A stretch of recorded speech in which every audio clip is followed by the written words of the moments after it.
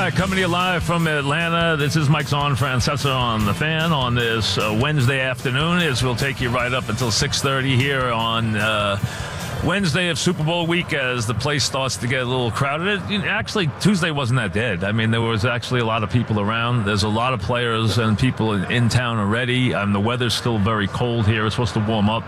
For Atlanta, I guess it's if they say 50, 60 is normal, then they're way below where they are. It's just it's cold. I mean, it's not crazy. I mean, it's like walking down the street on a winter day in New York. That's what it feels like. It feels like a 30-degree day, something like that. It's been 30, windy, that kind of thing, but it's supposed to warm up. They're saying Sunday could be in the 60s. There is a chance of rain on Sunday, which will probably keep the roof closed. I know they've been toying with the idea. They really want to show this roof off. And as a matter of fact, we have Arthur Blank on, and that's one of his things. One of his babies is the building. And they want to show this roof off in the worst way. Now, whether they'll get to do that or not, we'll have to wait and see. And what the decision-making that'll go into that. Obviously, if there's any rain predicted, and there are showers in the forecast for Sunday. So, Sunday's supposed to be 60 degrees. Or light or early 60s, but there is some chance for rain, which would keep the roof closed. And I think, I'd like to be at the game and see the roof open, but I got a feeling it's going to be closed. So I would think that would be the case. Commissioner spoke today, and listen, not that we want to hear from him, because that's the last person we want to hear from is the commissioner. But the bottom line is, he can tell you there's no appetite.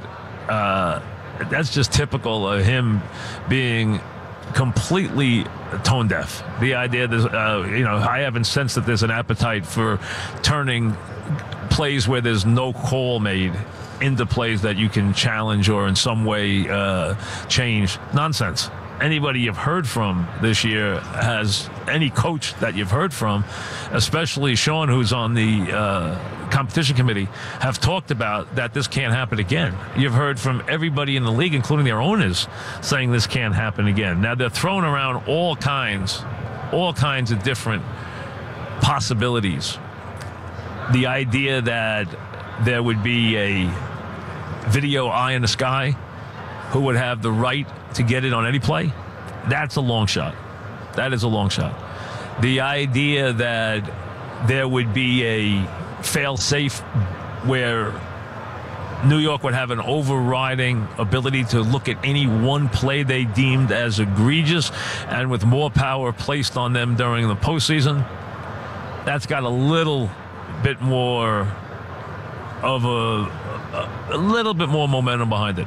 But I think the most logical thing is either coaches' challenges as we have now, or maybe them getting one more challenge, and then there being a mechanism for what the penalty will be. There's even been talk of, and this is something you could refine, but I think it's workable, that if you allowed the coach 2 plays in a game, he can carry it forward in either half. 2 plays where he can challenge a play where there has been no, and this will be a special category, where there has been no call made on the play. So there's not a penalty. So you're not challenging an existing penalty. You're not challenging a call that was made on the field. It's a turnover. It's not a turnover. Scoring plays and turnovers are already looked at by New York anyway.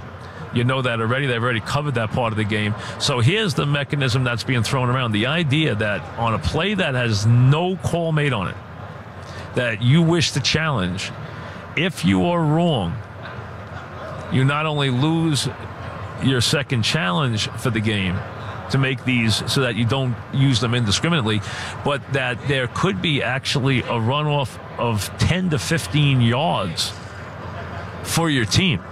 So if you're on defense, you might be giving somebody a crucial first down. On offense, you might be taking your team from 1st and 10 to 1st and 25 or 2nd and 25. That kind of thing where they put a penalty, a yardage penalty on the play, on the call, so that it carries that kind of weight, so that there is some gravity where you're not going to what they want to guard against is they want to give the coach the mechanism to have a voice on a play that he thinks is egregious. And clearly this play, he would have thrown the flag, they would have thrown the penalty flag, and that would have been the end of it. Okay? That would have been it. The only question they would have had is whether they were going to call it a personal foul, a helmet to helmet, or whether they were going to call it just a pass interference. So that would have been the only thing you had to talk about there on that play.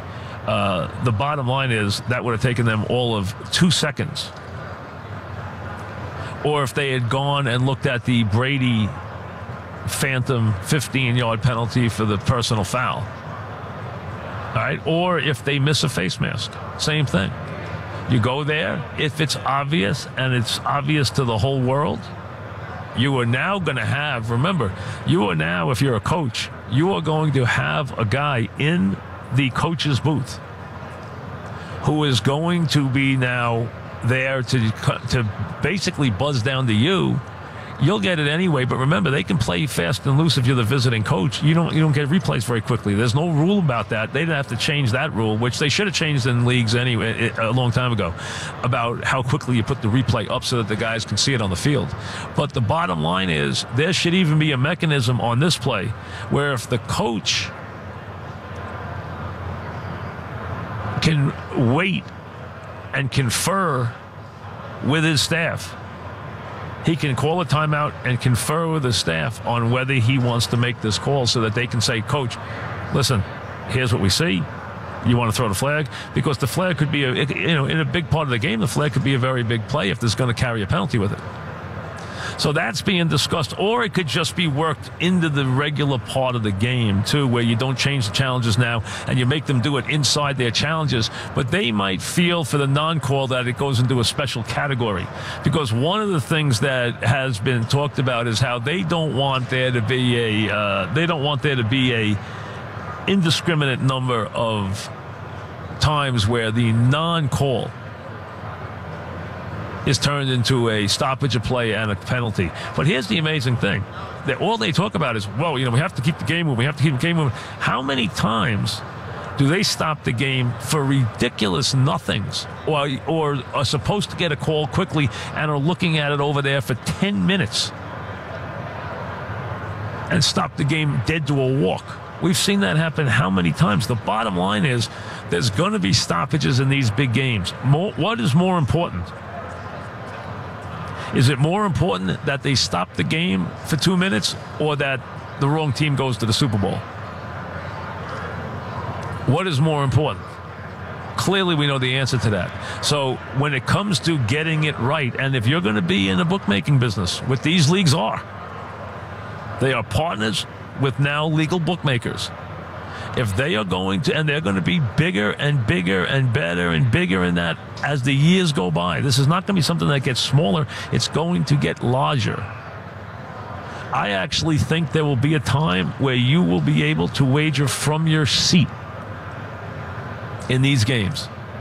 You'll be in the stadium because otherwise, one thing that all these owners and all these sports, and I've had owners tell me this, biggest issue we have going forward as owners is how to make it attractive for fans to come to the game where they're not so comfortable at home, where they're not like, I don't want to travel.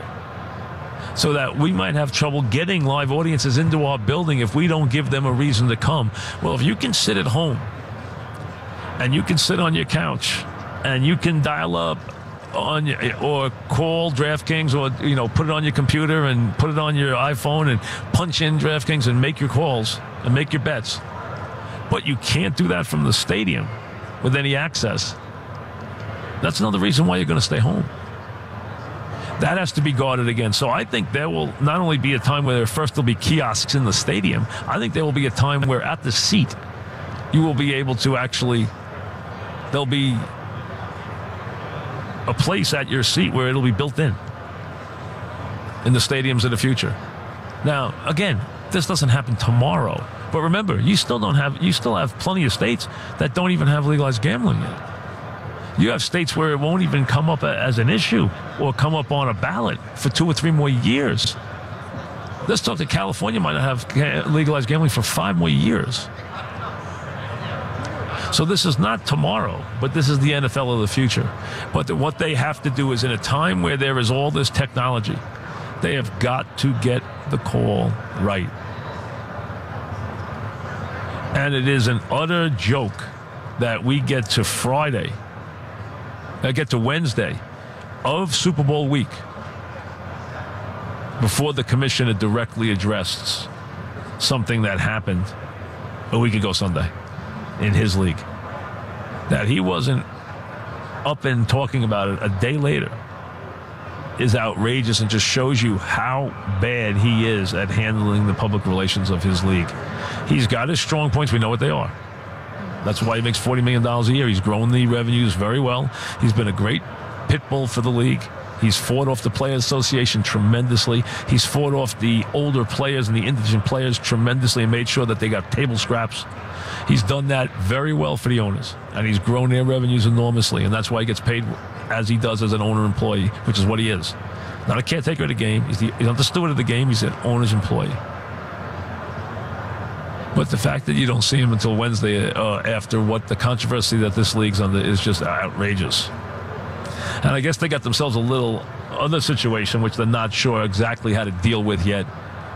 But they've had some issues where there's been rumblings. And listen, I'm just bringing it up because we're here. They now are worried about the show Maroon 5 is going to put on because there's some talk that there might be some stuff in the show. And they're not going to meet the media beforehand. They've now decided they are not meeting the media on Friday. None of the performers are meeting the media on Friday. And there's some controversy about what they might have as part of their show in terms of some statements, protests, whatever. So there's a lot of rumbling about that, and the league's concerned on how to handle that beforehand and find out exactly what they have planned in their show. So you might hear more about that in the next couple of days, too, because that's something I've heard this morning also, just walking around, that there's an issue there, too. And they did cancel their press conference for the first time. They're the first act that will not have a press conference. Not that the press conference would have held them from doing something on Sunday anyway. It wouldn't have. But they said they'll do their talking on Sunday. They won't have any comments beforehand. Their performance will do all the talking for them. So that's where we are. I know they played the Goodell press conference. I didn't hear it. I was traveling over here at that time. I didn't hear it. So maybe we'll play some of it later and listen together. But the gist of it is, it's going to be a busy time for the league when they get together in March. There's going to be changes made in the rules. There's going to be changes in how they call the game. It's coming. There's no way around it. And they will remedy the situation one way or the other. Back after this.